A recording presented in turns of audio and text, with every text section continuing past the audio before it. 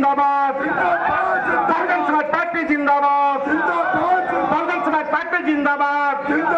बहन कुमारी मायावती जी जिंदाबाद, बहन कुमारी मायावती जी जिंदाबाद, बहन कुमारी मायावती जी जिंदाबाद। बाबा साहब डॉक्टर भीमराव अम्बेडकर अमर रहे, बाबा साहब डॉक्टर भीमराव अम्बेडकर अमर रहे, महाराज श्री कांशीराम साहब अमर रहे, बहुजन समाज पार्टी जिंदाबाद, बहन कुमारी मायावती जी। न्याय पसंद लोगों की नेता एवं इस जनपद श्रावस्ती की स्थापना करने वाली परम आदरणीय परम सम्मानित मान्य बहन कुमारी मायावती जी हम सबके बीच में आ चुकी हैं। मैं अपनी तरफ से और इस जनसभा में उपस्थित समस्त लोगों की तरफ से मान्य बहन जी का बहुत बहुत हार्दिक स्वागत और अभिनंदन करता हूं और ये चाहता हूं कि मंच पे उपस्थित लोग, सामने जो हमारी माताएं, बहनें, नौजवान साथी, हमारे जो बुजुर्ग हैं, जितने भी साथी आए हैं, सारे लोग अपने स्थान पर खड़े होकर दोनों हाथ से ताली बजा करके मान्य बहन कुमारी मान्य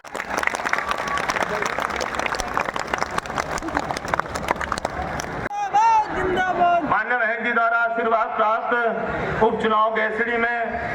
प्रत्याशी भाई हारिस खान जी को से चाहूंगा कि वो हाथी भेंट करके मान्य बहन जी को हाथी भेंट करने का काम करें। मान्य बहन जी आप संघर्ष करो, हम तुम्हारे साथ हैं। मान्य बहन जी आप संघर्ष करो, हम आपके साथ हैं। मैं मान्य बहन जी से निवेदन करूं कि हम सबको संबोधित करें, उससे पहले जोरदार नारा लगा करके मान्य बहन जी के सम्मान में नारा लगाने का काम करें। मान्य बहन कुमारी मायावती जी जिंदाबाद, मान्य बहन कुमारी मायावती जी जिंदाबाद। अब मैं बड़े आदर और सम्मान से निवेदन करूंगा कि मान्य बहन जी पोडियम में आए और हम सबको संबोधित करने की कृपा करें। मान्य बहन जी बीएसपी के इस चुनावी जनसभा में इकट्ठा हुए सर्व समाज के लोगों को उचित भागीदारी दी, जिनको कामयाब बनाने के लिए अपनी पार्टी के लोग पूरे जी जान से लगे हैं। हालांकि आज यहाँ आपकी इकट्ठा हुई अपार भीड़, खराब मौसम होने के बावजूद भी आज यहाँ आपकी इकट्ठा हुई अपार भीड़ व भीड़ के जबरदस्त जोश को भी देखकर अब मुझे भी एक काफी हद तक भरोसा हो गया है कि पिछली बार की तरह इस बार भी आप लोग अपने प्रदेश से यहाँ लोकसभा चुनाव में अपनी पार्टी का बेहतर रिजल्ट जरूर लाएंगे। इसके लिए अब मैं आप लोगों का ध्यान कुछ जरूरी बातों की तरफ दिलाना चाहती हूँ और इस संबंध में विशेषकर मैं कांग्रेस, बीजेपी व इनके अन्य सभी सहयोगी दलों के बारे में ये कहना चाहूंगी कि आज़ादी के बाद शुरू में जुमलेबाजी व गारंटी आदि काम में आने वाली नहीं है, क्योंकि अब देश की जनता काफी हद तक इस बात को समझ चुकी है कि इनकी पार्टी ने अब तक देश के विशेषकर गरीबों, कमजोर तबकों, मध्यम वर्गीय एवं अन्य मेहनतकश लोगों को जो इन्हें अच्छे दिन दिखाने के असंख्य भरे वायदे किए हैं तथा को हवा हमारी पार्टी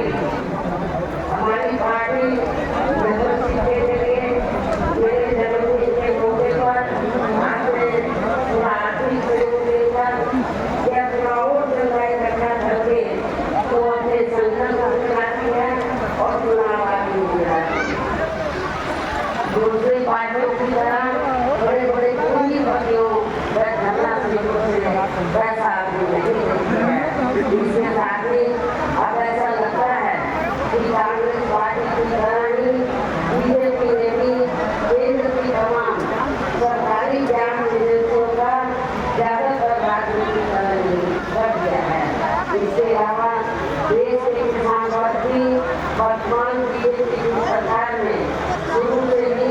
अपनी विभिन्न समस्याओं को लेकर काफी ज्यादा दुखी व परेशान रहे हैं और अभी भी हैं। जबकि यूपी में 4 बार हमारी पार्टी की गई सरकार ने इनके हितों का भी हर स्तर पर विशेष ध्यान रखा है। हमने अपने चारों सूत्रों में जो चाहे छोटा किसान हो या फिर बड़ा किसान हो, हमने खासकर जो मझला किसान है, छोटा और मझला किसान, तो हमारी पार्टी की सरकार ने किसानों को तो समय से खेती करने के लिए साधन उपलब्ध कराए, सस्ते साधन उपलब्ध कराए और जो भी इनकी फसल हुई उस फसल का भी उचित दाम हमारी पार्टी की सरकार ने अपनी चारों हुकूमतों के दौरान दिया है। इतना ही नहीं, बल्कि केंद्र में पूर्व की रही कांग्रेस की सरकार की तरह ही वर्तमान भाजपा सरकार में भी इनकी जातिवादी, सांप्रदायिक एवं पूंजीवादी सोच व नीतियों के चलते ही पूरे देश में सर्व समाज में से खासकर गरीबों, दलितों, आदिवासियों, पिछड़े वर्गों, मुस्लिम एवं अन्य धार्मिक अल्पसंख्यक समाज के लोगों का भी पूर्ण रूप से विकास व उत्थान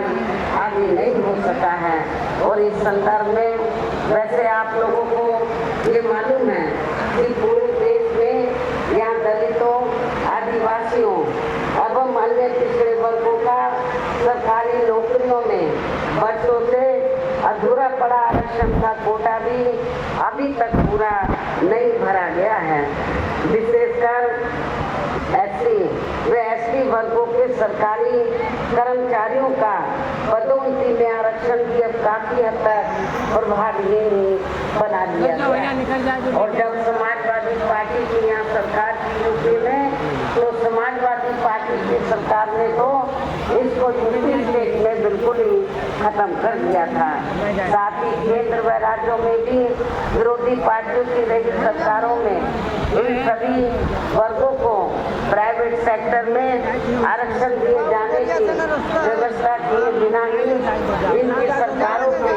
ज्यादातर सरकारी कार्य अब प्राइवेट सेक्टर के जरिए इनके बड़े बड़े पूंजीपतियों व धरना से तो आदि को ही अब इनको पूरे देश में आरक्षण का बहुत कम ही लाभ मिल पा रहा है। इसी प्रकार बोले नहीं पावत हो तब का उधरिया से रास्ता है आराम होना अभी तक नहीं बंद नहीं हुआ है। इनके साथ साथ मुस्लिम व अन्य धार्मिक अल्पसंख्यक समाज के लोगों की भी हालत हर स्तर पर यह काफी ज्यादा खराब व दैनिक बनी हुई है। इतना ही नहीं बल्कि पिछले कुछ वर्षों से केंद्र व अधिकांश राज्यों में बीजेपी व आरएसएस सरकारों के चलते हुए अब इनका अभी होना भी काफी हद तक बंद साइड हो गया है। आज इन पर खासकर धर्म व याद में और जाति भी काफी ज्यादा चरम सीमा पर इनके साथ साथ अपर कास्ट समाज में से विशेष लोगों की भी हालत हमें कुछ खास अच्छी नजर नहीं आती है। आप लोगों को मालूम है कि गरीब लोगों के साथ साथ जो अपर कास्ट समाज नहीं आना है, जिन्हें ये पार्टियां सरकार बनने के बाद ज्यादातर अमल में नहीं लाती हैं और जिन पर से देश की जनता का विश्वास उठ गया है। ये खास वजह है कि हमारी पार्टी किसी भी चुनाव में अपनी पार्टी का कोई भी चुनावी घोषणा पत्र आदि जारी नहीं करती है। वैसे भी हमारी पार्टी किसी भी मामले में कहने में बहुत कम बल्कि कार्य करके दिखाने में ही ज्यादा विश्वास रखती है। और इस बात का सबसे बड़ा सबूत ये है कि उत्तर प्रदेश में 4 बार हमारी पार्टी के नेतृत्व में सरकार ने चुनाव में अपनी पार्टी के बिना कोई जारी किए गए चुनावी घोषणा पत्र दी और देश में आम जनहित में काफी ऐतिहासिक कार्य करके दिखाए हैं। जबकि इस मामले में देखे हम करीब 12:30 इस मामले में हमारी पार्टी का ये कहना है कि यदि पार्टियों के स्थान पर केंद्र में हमें अपनी पार्टी की सरकार बनाने का मौका मिलता है तो तब फिर हमारी पार्टी की बनी सरकार केंद्र में जहाँ अब तक रही सभी विरोधी पार्टियों की सरकार की तरह केवल हवा हवाई सरकार की कार्यालय से चले जाओ चाची अंदर कहाँ चले जाएंगे? जाओ तो चले जाओ जो खाली है दिया जा रहा है।